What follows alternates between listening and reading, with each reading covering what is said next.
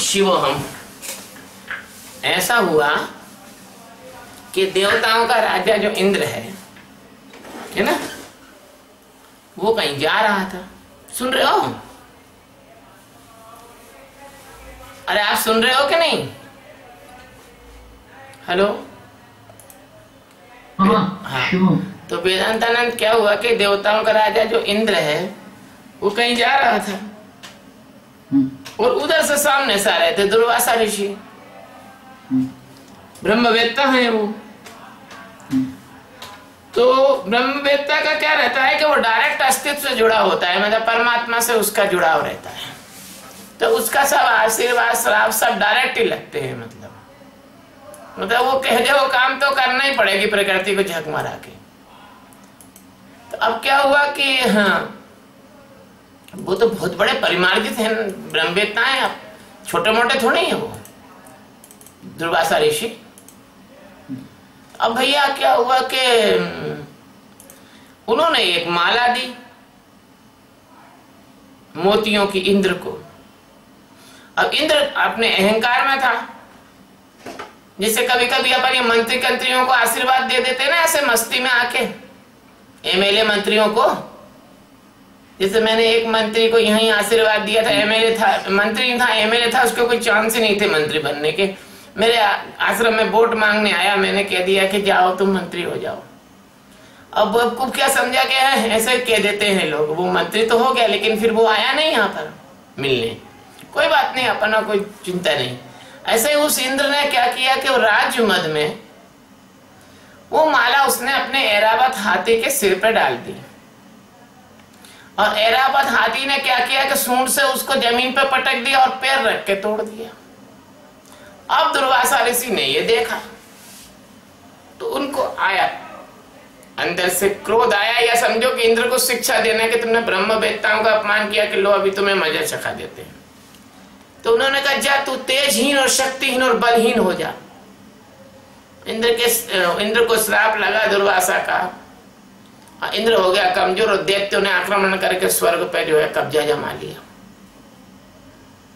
उस समय स्वर्ग के राजा बलि रहते थे तीनों लोकों के। अब दैत्यों ने कब्जा जमा लिया।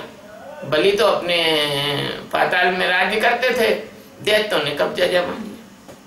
अब साहब ये परेशान हो गए, इंद्र आदि देवता ये ब्रह्मा जी के पास गए। अब देखो इस कथा में बहुत सारा रहस्य है, वो धीरे धीरे खुलता है। अब ये ब्रह्मा जी के पास गए, ब्रह्मा जी ने भगवान की स्तुति की, भगवान प्रकट हुए। भगवान ने कहा भाई देखो अब ये तो हो गया जो हो गया, अब ये तो मैं मिटा नहीं सकता हूँ, तेजहीन तो ये हो गए। अब इसको दोबारा से तेज प्राप्त करने का सिर्फ एक ही उपाय है कि समुद्र मंथन किया जाए, उससे अमृत निकाला जाए, सभी देवता उस अमृत को पी ले। तुमने कहा साहब हम समुद्र मंथन कैसे करें, अकेले से तो होगा नहीं। तो भगवान ने कहा कि देखो जब परेशानी होती है तो दुश्मन को भी अपना काम निकालने के लिए दोस्त बनाना पड़ता है। अब सामान्य व्यक्ति तो ये सोचेगा कि भगवान चालबाजी सिखा रहे हैं, लेकिन मैं ये कहूंगा कि अगर कोई व्यक्ति कोई बगीचा लगाता है तो उस बगीचे की जो अच्छे से देखभाल करता है तो मालिक उससे खुश होता है, ना कि उससे कि जो बगीचे के पौधों को कुल्हाड़ी लेके काट रहा हो। जो बगीचे के पौधों को कुल्हाड़ी लेके काटेगा तो उसको तो मालिक उसको जो है ना वो बगीचे से बाहर निकालने की कोशिश करेगा वो तो। अब दैत्य लोग तो क्या करते हैं, शराब पीते हैं, मांस खाते हैं, बुरे बुरे कर्म करते हैं, जिंदा लोगों को खा जाते हैं। मतलब ये ढंग के कर्म जैसे आजकल दैत्य कर ही रहे हैं ना, अभी भी दैत्य कर रहे हैं हिंदुस्तान में, कुछ दैत्य यही कर्म कर रहे हैं। तो अब जो है पृथ्वी पे कह दो यार हिंदुस्तान अकेला क्या खो, पृथ्वी पे कुछ दैत्य ऐसे हैं जो यही काम कर रहे हैं कि लोगों को जिंदा जिंदा ही खा रहे हैं, परेशान कर रहे हैं। तो अब जो है भगवान ने कहा तो ये गए राजा बलि के पास, और राजा बलि को सब बात प्रेम से मनाया और उनसे कहा कि देखो भाई भगवान ने कहा है कि अमृत निकालेंगे और सबको देंगे तो सब ये बढ़िया हो जाएगा काम। तो बलि को बात समझ आई, बलि भगवान का भक्त था। अब बलि ने सबको समझाया और ऐसे करके इन्होंने जो है मदराचल की जो मथनी बनाई और उसमें सब प्रकार की औषधियां वगैरह डाली और समुद्र में, और उन्होंने उसका मंथन करने के लिए नागराज वासिकी को मनाया। नागराज वासिकी को भी कहा कि भैया तुमको थोड़ा अमृत दे देंगे हम, तुम रस्सी बन जाओ। अब भगवान जो है कछुए का अवतार लेके नीचे हुए और मंदिराचल, वो सारी कहानी है।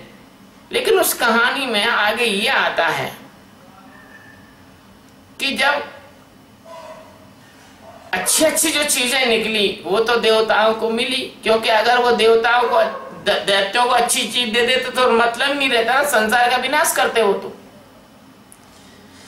तो मुख्य चीज है कि उसमें सबसे पहले तो उसमें निकला हलाहल, मतलब भयंकर जहर निकला। वो भगवान शंकर को पीने के लिए सब देवताओं ने उनकी जो प्रार्थना की, बिल्कुल सेम टू सेम विष्णु भगवान का स्वरूप का वर्णन है जो शंकर भगवान के स्वरूप के बारे में बात की। इससे सिद्ध होता है कि शिव और विष्णु जो है ना वो दोनों एक ही हैं, दो नहीं। एक तो ये बात खुलती है, और दूसरी ये बात खुलती है कि जब उनको अमृत निकला, नहीं, एक बात अभी ये खुलती है कि ज्ञानी जो है वो भयंकर विष भी पी ले तो ज्ञानी का कुछ नहीं बिगड़ता, जैसे भगवान शंकर का कुछ नहीं बिगड़ा। दूसरा, अब वो जो है उसमें से लक्ष्मी जी निकली, तो लक्ष्मी जी का जो वर्णन आया तो लक्ष्मी जी ने कहा कि पति किसको बनाऊं, तो सबको ढूंढा लेकिन कोई उनके लायक नहीं मिला। सिर्फ भगवान विष्णु उनके लायक इसलिए मिले कि भगवान विष्णु में कोई दासना थी नहीं, वो कामना थी नहीं, कोई शादी ब्याह करने का था ही नहीं, सब प्रकार के ऐश्वर्य को प्राप्त थे और सब प्रकार से परमात्मा तत्व से पूरी तरह से, मतलब परमात्मा तत्व ही थे, वो तो परमात्मा ही थे। तो कौन होगा ऐसा बेवकूफ होगा जो परमात्मा का वर्ण नहीं करेगा और मरण धर्मा लोगों का वर्ण कर लेगा। तो इसमें एक लगा बात आई कि लक्ष्मी जब भी सार्थक है, कोई दुनिया का धनवान व्यक्ति, सामर्थ्यवान व्यक्ति, शक्तिमान व्यक्ति, तभी उसकी सार्थकता है जब वो परमात्मा के पक्ष में खड़ा हो। तो यदि वो परमात्मा के पक्ष में खड़ा नहीं होता तो उसकी लक्ष्मी किसी काम की, उसकी संपदा किसी भी काम की नहीं है। कहते हैं ना, राम विमुख संपत्ति प्रभुताई और पाई रही पाई बिनु पाई। अगर अस्तित्व से को ना जानकर हो, तुमने दुनिया भर की संपत्ति भी इकट्ठी कर ली और तुमने बहुत प्रभुता यानी बहुत बड़ा पद भी प्राप्त कर लिया, तो वो तुम्हारे किसी काम का रही है। पाए रहे पाई बिन पाई, पाया लेकिन बिना पाया जैसा है। तो वो आया, लक्ष्मी जी वाली बात आई। और तीसरी बात ये आई कि जब जैसे ही धन्वंतरी जी हाथ में अमृत का कलश लेकर बाहर निकले, वैसे ही दैत्यों ने झपट के वो कलश छिड़ा लिया।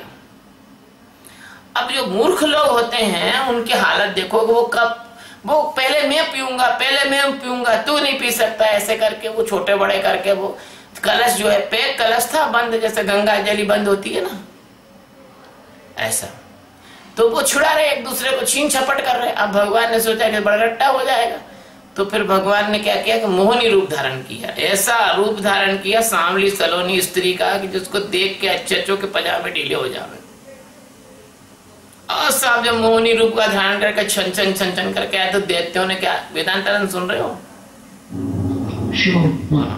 तो दैत्यों ने देखा तो सालों की सब होश गायब हो गए, अमृत भूल गए उनको। तो वो देखो, औरत के सामने आदमी अमृत भी भूल जाता है, ये सिद्ध हो गया उसमें।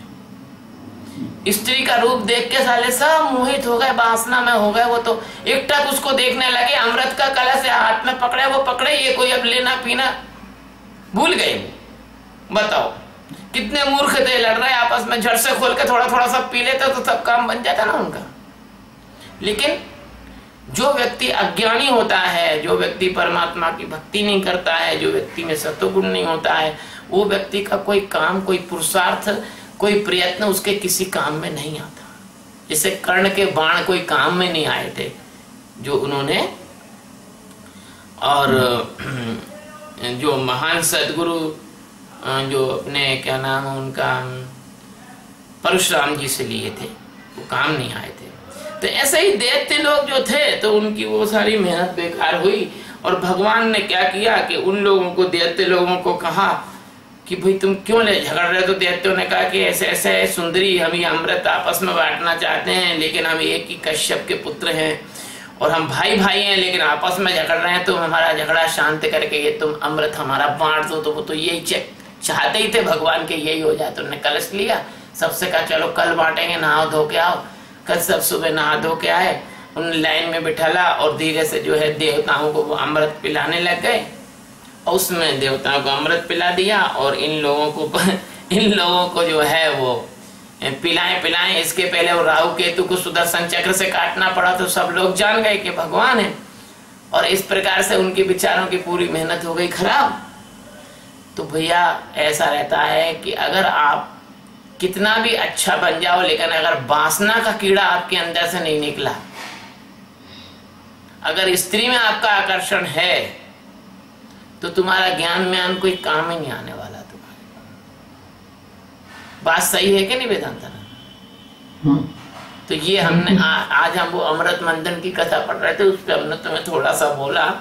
और कभी फिर अब भागवत की कथा कहेंगे तो इस ढंग से ही हम अंदर की बात बताएंगे भागवत के माध्यम से आप लोगों को, है ना? चलो शिव।